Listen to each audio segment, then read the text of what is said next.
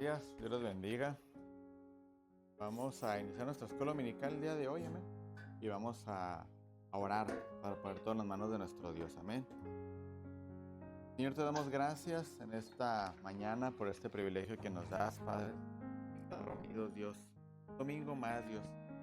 No como una costumbre, no como un hábito, Dios, la vida, sino más bien con una convicción, Señor, de que para nosotros es conveniente buscar tu rostro, Dios, y estar en comunión contigo. Para nosotros es de mayor beneficio, Dios amado, estar en comunión con tu palabra, comunión con tu espíritu, y también, Señor, en comunión como un cuerpo en Cristo que somos. Te pedimos, Señor, que tomes control de ese servicio, que tomes control de nuestras vidas, control absolutamente de nuestros pensamientos, Señor. Y ayúdanos desde este momento, Dios, estar concentrados en buscar tu rostro, Señor, y en exaltarte a ti, Dios. Ayúdanos, Padre, en todo momento a tener una concentración, Dios, en el estudio de tu palabra, como también estar apercibidos, Padre, en lo que tú quieres hablar a nuestra vida. Te doy muchas gracias, Dios, por todos los que estamos aquí presentes. Gracias por aquellos que vienen en camino, Señor. Tráelos con bien hasta este lugar. De igual manera, Dios, te pedimos en todo momento, Padre, tu nombre sea exaltado en cada servicio y en cada actividad que desarrollemos como iglesia, Padre. En nombre de Jesús te damos gracias, Señor. Amén. Gloria a Dios. Gloria a Dios. Muy bien, como ya hemos venido hablando días anteriores, hemos estado hablando de lo que es el tema de lo que es la predestinación. Y para ello, pues es necesario que toquemos el tema en las partes necesarias, ¿verdad? Para que podamos entenderlo, la forma en cómo se desarrolla este tema en nuestras vidas y cómo es que se aplica en nuestra vida como cristianos. Amén. Entonces, hemos venido hablando de la forma en cómo Dios nos eligió desde un principio, desde la fundación del mundo. Entonces, de alguna manera, desde ese momento Dios elige en nuestras vidas, ¿verdad? Aunque yo sé que voy a adelantarme un poquito más de lo que hemos venido hablando, ¿verdad? Porque, como le mencionaba, te va a tocar cada punto de lo que tiene que ver con predestinación y cómo es que se aplica en nuestra vida. Aunque es un tema muy complejo, de que muchos teólogos no logran ponerse de acuerdo cómo es que trabaja la predestinación, cómo es que opera con la vida del cristiano, cómo es que realmente prácticamente hay que aplicarse a nuestras vidas y cómo debemos de creerla. Durante este estudio que vamos a tener, vamos a tratar de verlo tanto apegados a la palabra del Señor,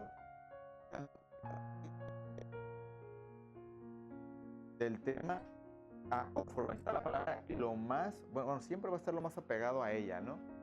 Pero lo que nosotros consideramos que es conforme a la palabra del Señor lo enseña. Porque de otra manera, imagínese usted que estemos hablando de predestinación, pero estemos hablando únicamente de ideas como hombres.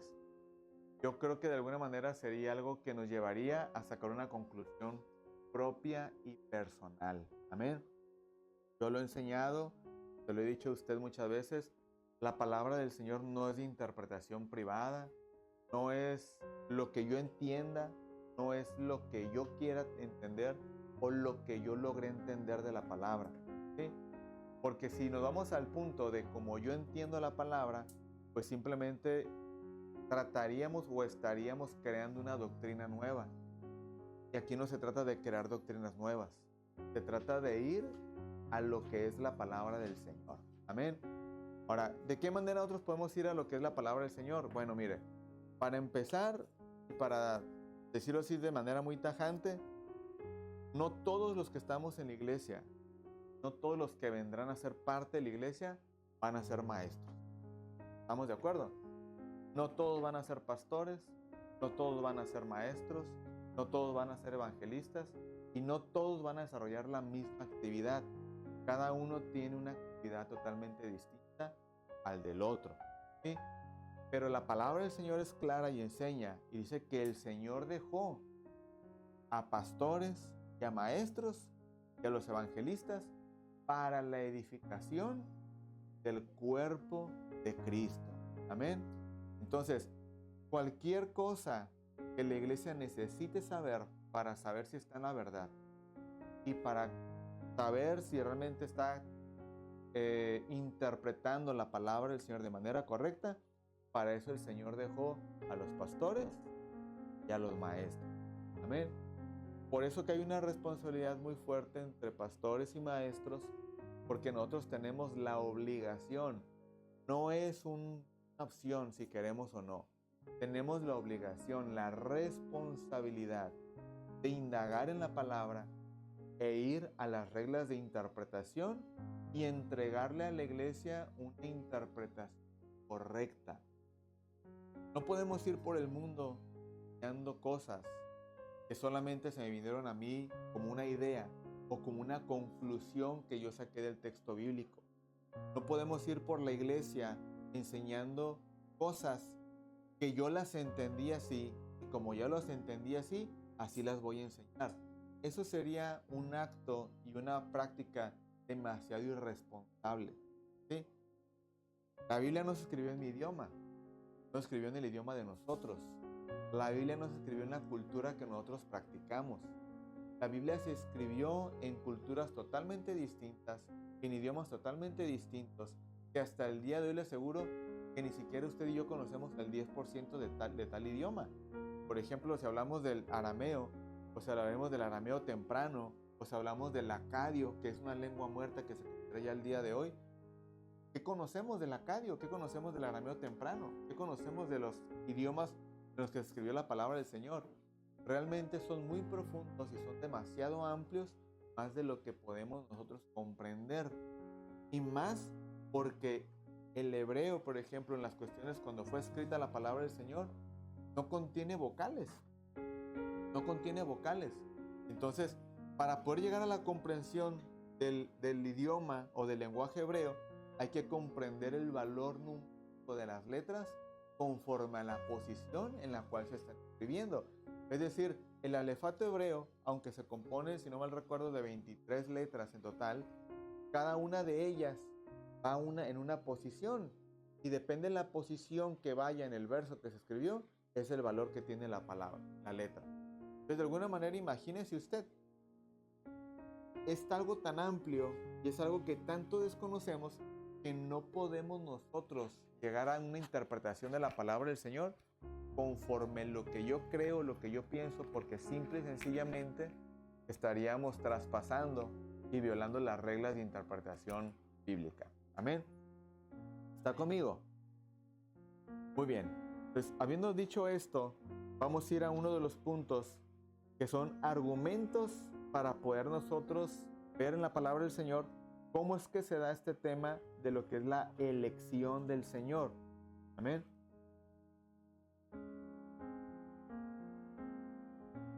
Muy bien, anteriormente en la clase pasada vimos que los pecadores se van a condenar en su pecado porque no quieren saber nada de Cristo, ¿sí? Yo le mencionaba a usted al principio que el Señor, desde el principio que crea a un ser humano, que le da la vida a un ser humano, nosotros creemos que esto el Señor lo hace de una manera integral. ¿Cómo es esto? Bueno, cuando el Señor dice, vamos a crear a Abigail, ¿no? Vamos a darle vida y vamos a darle su presencia, que es prácticamente está en la tierra, y que traiga felicidad a su familia, a sus padres. Entonces, en el momento que Dios determina que Abigail nazca, que venga a este país, a este mundo, el Señor crea un ser integral. Es decir, crea su espíritu, su cuerpo prácticamente es puesto en el vientre de su madre y comienza a gestarse una nueva vida.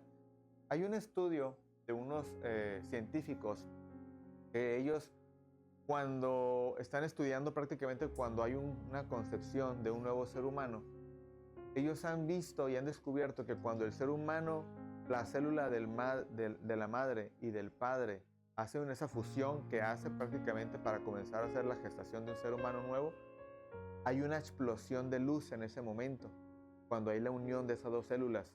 Se unen las células y se produce una explosión de luz dentro del vientre o del útero de la mujer. Entonces, es en ese preciso momento donde Dios comienza a darle vida a un ser que es completamente integral de parte de nuestro Dios. ¿Sí? Ojo, hay algunos que dicen que Dios tiene una bóveda en el cielo, donde tiene un montón de espíritus creados, y cuando van a hacer un nuevo ser humano en esa tierra, Él toma un espíritu de ahí y lo manda a la tierra. Esto iría en contra de la doctrina cristiana. ¿Por qué iría en contra de la doctrina cristiana? Bueno, entonces que eso quiere decir que cuando Cristo venga por su pueblo, cuando sea el juicio final, pues quiere decir que o Dios va a venir hasta que se acaben los espíritus que están en esa bóveda, o cuando Cristo venga por su pueblo, pues esos espíritus se van a quedar ahí almacenados y no va a haber oportunidad de que ellos vengan a la tierra cuando Cristo ya prácticamente termine su juicio final y todo ello. Los va a dejar en esa bóveda y ahí se van a quedar por la eternidad. Entonces eso iría en contra de nuestra doctrina, porque entonces Dios no será el único ser eterno que hay en todo el universo, ¿sí? Como lo enseña la palabra del Señor. Pero de alguna manera, el Dios cuando crea un ser humano, lo hace como un ser integral y lo deposita, ese espíritu, crea un nuevo espíritu y es depositado en el vientre de la madre, y es ahí donde hay una gestación y una creación de un nuevo ser humano. Y es ahí donde hay un ser humano que tiene cuerpo, que tiene alma y que tiene espíritu, lo que nosotros conocemos como la tricotomía del ser humano. ¿Sí? ¿Sí vamos bien? Sí. Muy bien.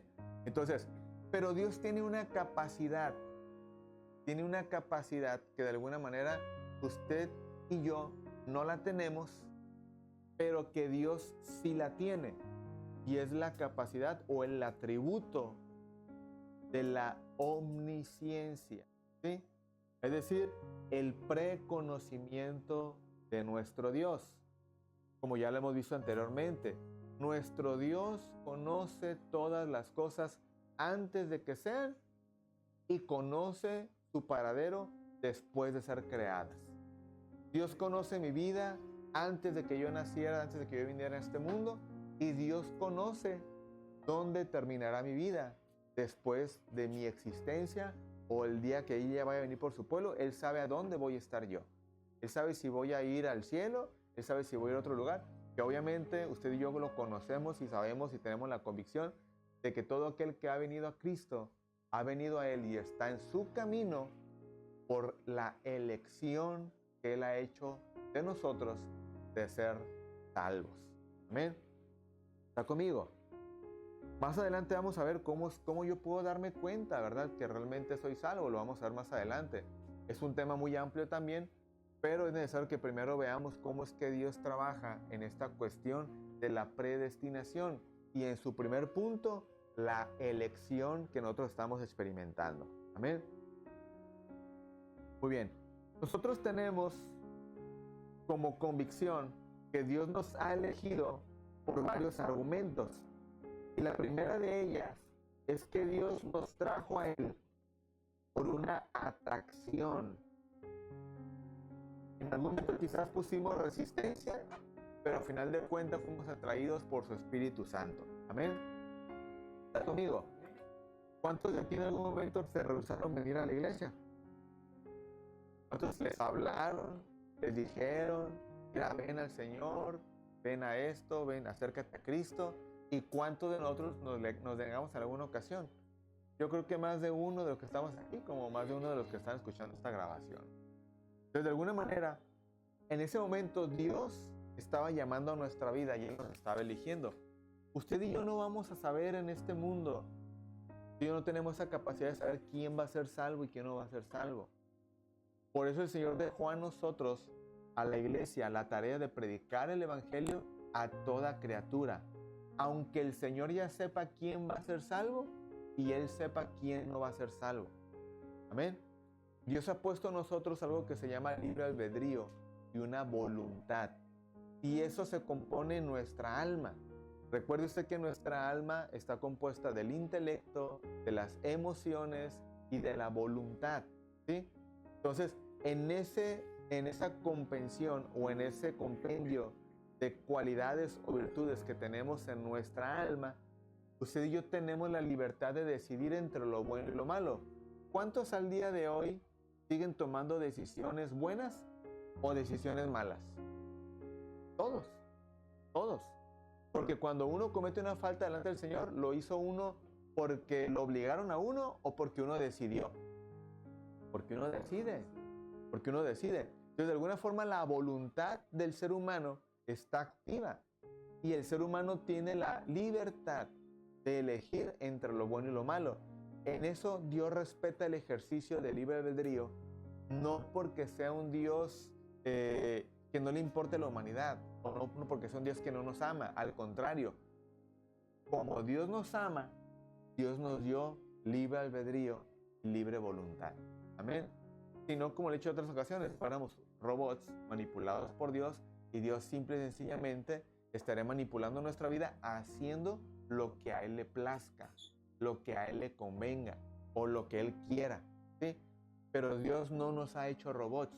Dios nos ha hecho con una libre voluntad. Amén. Entonces, va a haber personas que van a venir a Cristo al primer llamado, como va a haber personas que van a venir a Cristo en su lecho de muerte. Así de sencillo. Si la cuestión fuera de que, es que como estos van a ser elegidos para ser salvos, desde que nazcan van a estar en la iglesia. Ya estuviéramos en la iglesia todos. Pero todos nacemos con una voluntad caída. Y nadie viene a Cristo por voluntad propia. Nadie viene a Cristo porque quiso venir. Sino que todo aquel que ha venido a Cristo porque el Espíritu Santo le llamó. Porque el Espíritu Santo le convenció de pecado y porque el Espíritu Santo doblegó la voluntad del ser humano. Amén. La palabra del Señor dice que aquí en este mundo, en esta vida, no hay bueno ni aun uno. No hay quien haga lo bueno, no hay quien haga lo correcto delante de Dios, sino que todos se desviaron a una sola, a sus propios deseos y concupiscencias, y prácticamente abandonaron la verdad, ¿no? Entonces, de alguna manera, no hay ningún ser humano que pueda venir a Cristo sin la obra convencedora y del llamamiento que Dios hace para nuestras vidas. Amén. Siempre va a haber un llamamiento, siempre. Y cuando vengamos a ese llamamiento, habrá una justificación. Y después de la justificación, vendrá la glorificación a nuestras vidas. Amén. Vamos a ver esos puntos más adelante, con tiempo, con detenimiento, ¿verdad? Pero es la forma en cómo Dios trabaja para con nosotros. Ahora, si Él nos escogió a nosotros antes de que nosotros escogiéramos a Él, quiere decir que Él nos buscó a nosotros antes de que nosotros le buscáramos. Nadie buscó al Señor por sí solo. El Señor nos buscó. Amén. Entonces, en nuestra búsqueda, la respuesta fue que nosotros únicamente respondimos a su amor y ahora respondemos a Él por amor. Amén. Él siempre tomará la iniciativa de la salvación para con el ser humano. Amén. Pero el ser humano es el que determina si lo hace o no lo hace. ¿De qué manera? Pastor, ¿por qué Dios tomaría su tiempo de que la iglesia predique el evangelio a las personas que no van a ser salvas y aún así prácticamente nos va a dejar a nosotros llevar a hacer esa tarea, ¿no? Qué fácil sería únicamente predicarle a salvos, ¿no? Que el Señor nos dijera, predícale a él porque él es salvo. Predícale a este otro porque es salvo. Predícale ahora a aquel porque él sí es salvo. El Señor en su soberanía actuó de esta forma y Él obró y lo hizo de esa manera. Amén.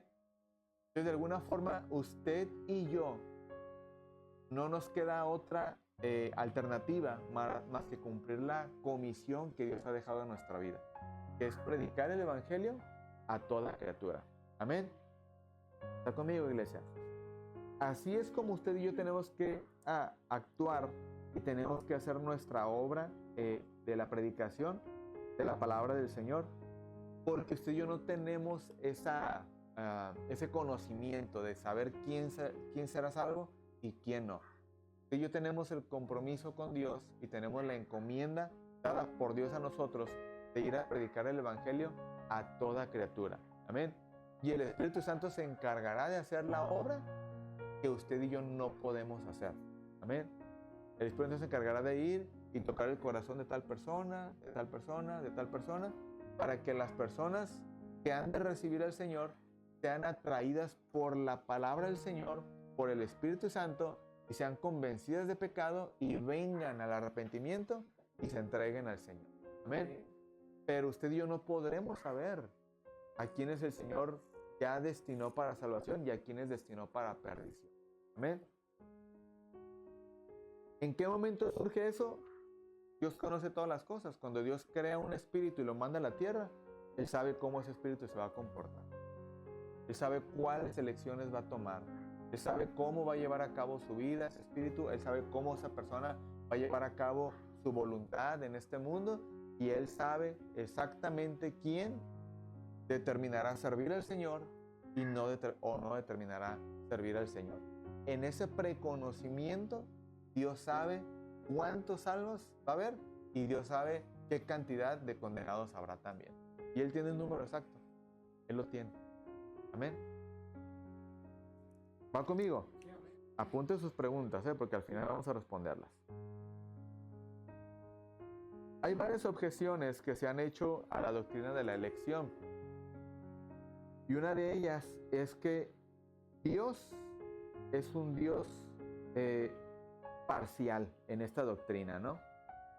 Esta suposición de que Dios está bajo la obligación de conceder iguales privilegios, oportunidades y bendiciones a los hombres.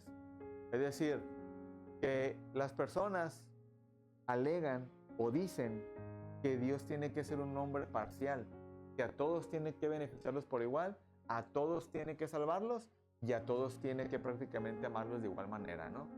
Es decir, que Dios no puede estar entre los salvos y los que van a ser condenados, ¿no? Entonces Dios tiene que, como todo el mundo es su creación y todo el mundo prácticamente es hecho, creado de imagen y semejanza de Dios, y como todo el mundo prácticamente ha sido creado por Dios, pues todo el mundo tiene que ser salvo.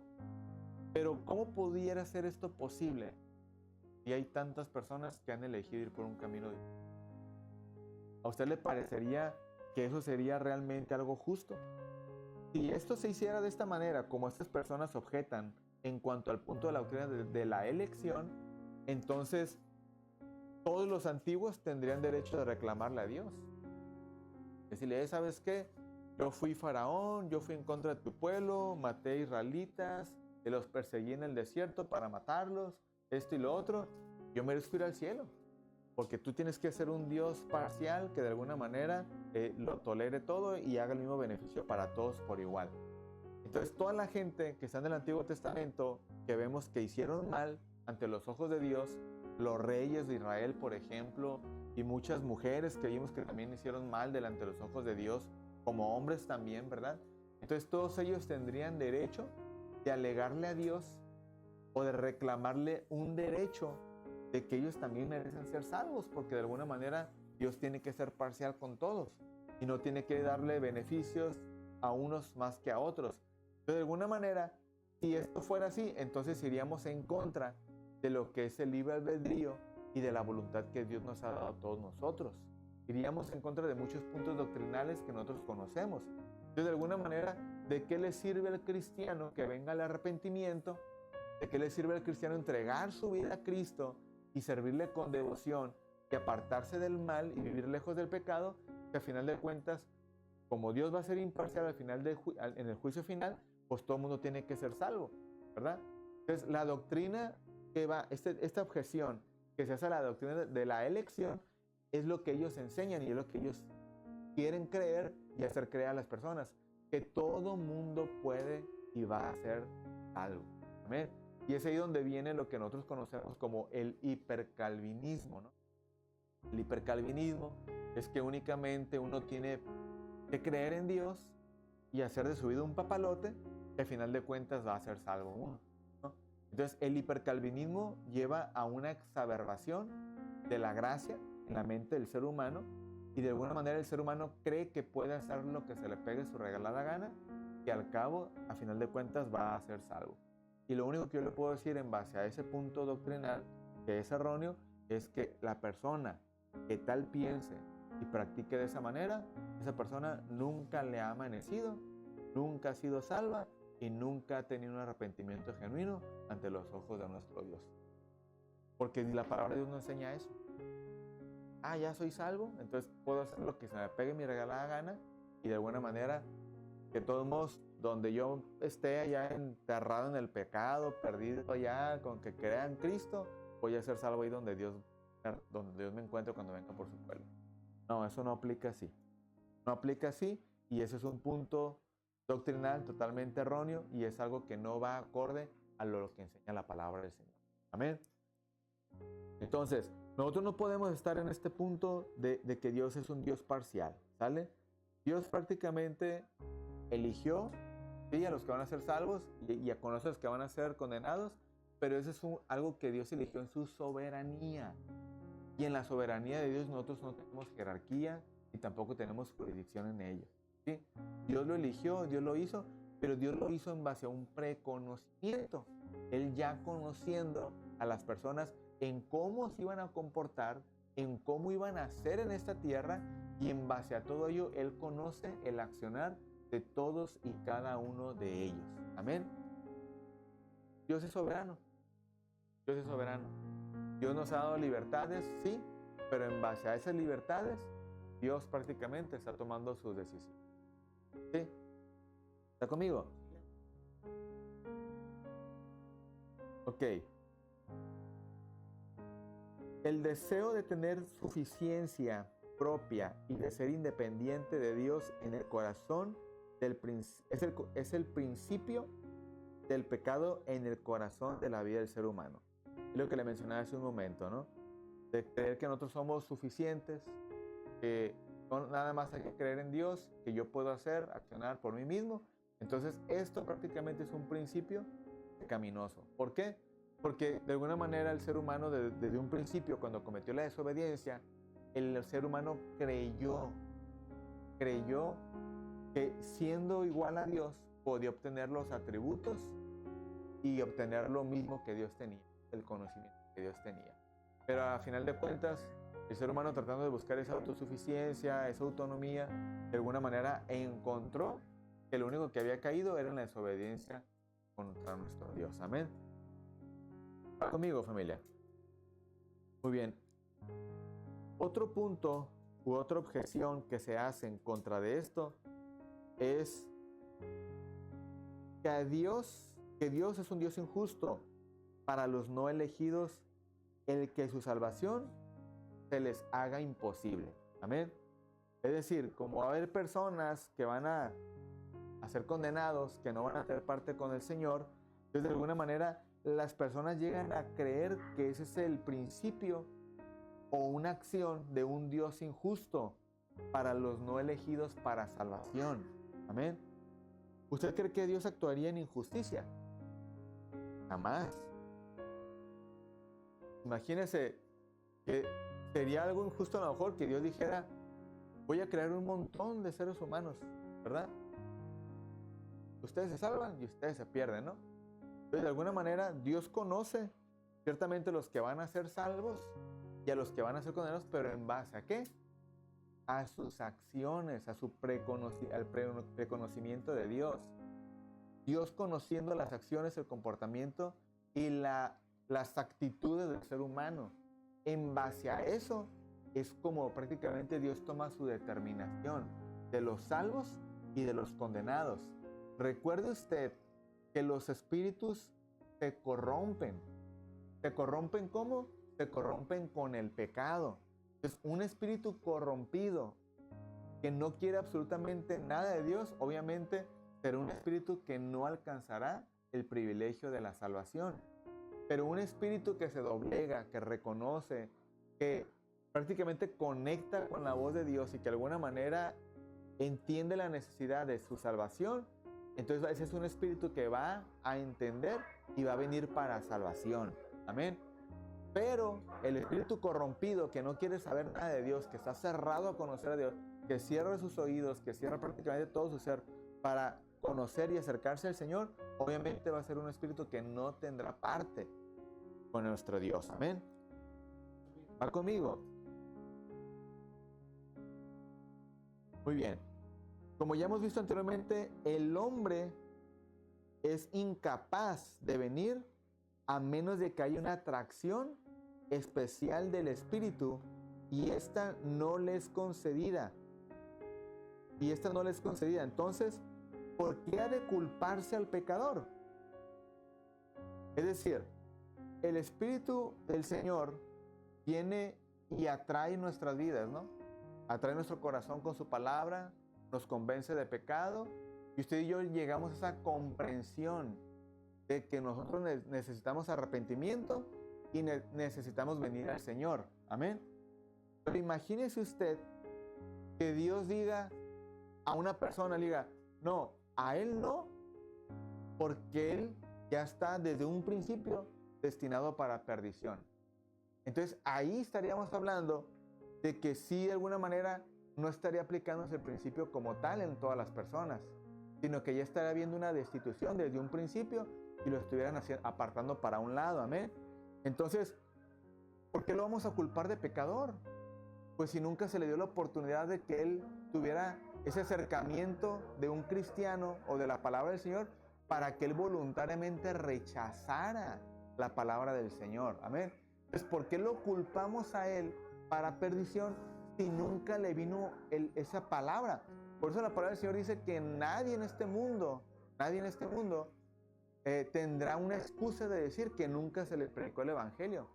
Por eso la palabra del Señor también nos insta a nosotros que prediquemos a toda criatura, en todo el mundo y a toda criatura. Y así nadie tendrá el argumento de decir, es que a mí nunca me predicaron. ¿Sí? Dice la palabra del Señor que toda la tierra será llena de la palabra del Señor. Toda la tierra prácticamente será difundido el mensaje del Evangelio. Toda criatura conocerá acerca de un Salvador y toda criatura conocerá acerca de aquel que dio su vida por la humanidad para que puedan ser salvos. Así como en un tiempo atrás se dio a conocer la ley, se dieron a conocer los principios para que la gente de aquel tiempo conociera la verdad, conociera prácticamente lo que era agradar a Dios, pero aquellos que no quisieron son aquellos prácticamente que no tendrán parte con el Señor. Amén. Por lo tanto, el día de hoy, toda persona, para poder determinarse que es pecador y que no tendrá salvación, primero tiene que haber un acercamiento de la palabra del Señor para con ellos, para que Dios pueda tomar prácticamente, haya tomado esa determinación de que esa persona no sería salva. Amén. ¿Está conmigo? Ok.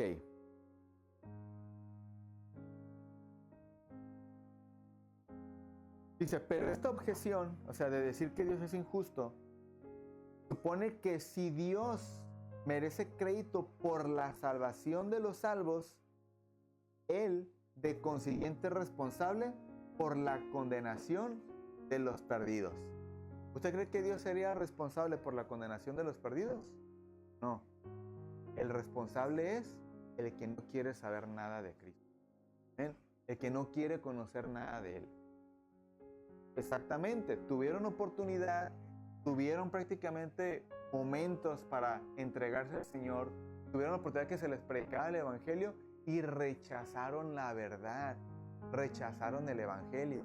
Entonces, de alguna manera, estas personas no van a poder presentarse delante de Dios y alegar delante de Él y decirle, Señor, es que tú me destinaste para perderme.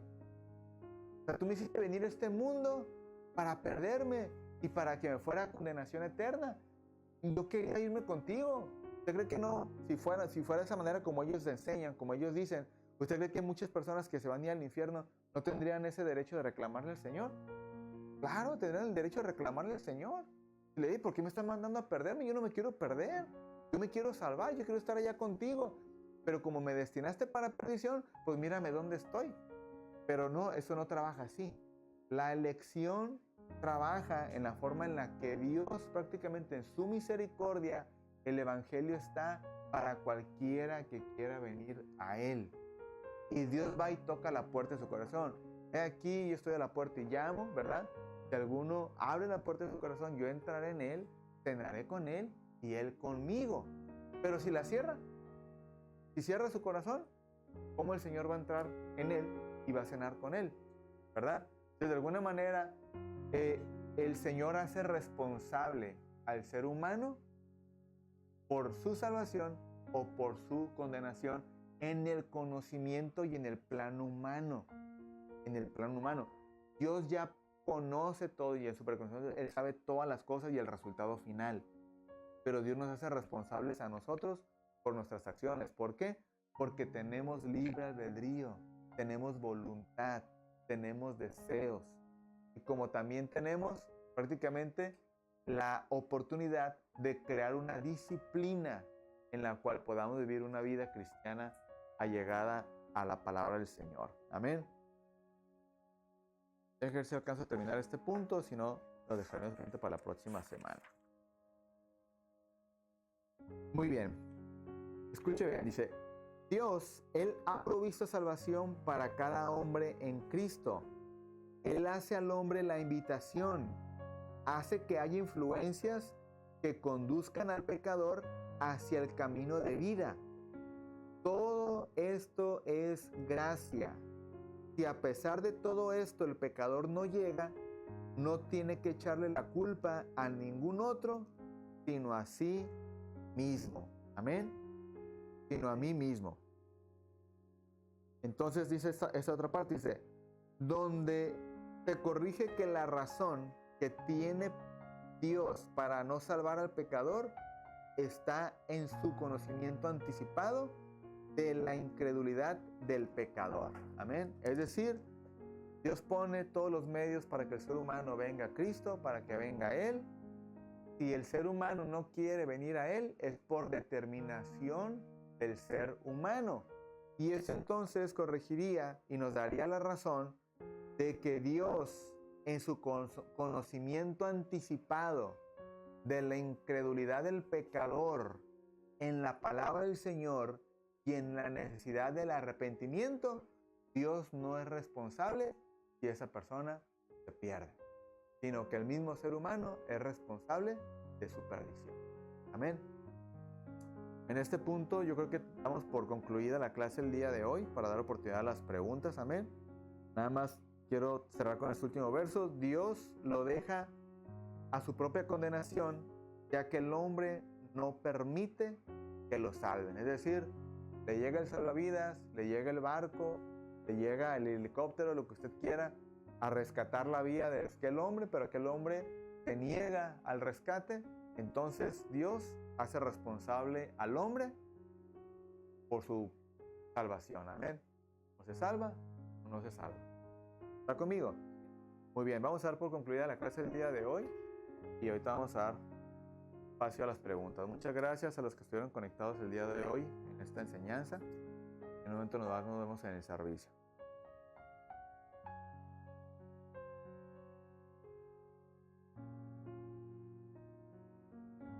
Muy bien, entonces me gusta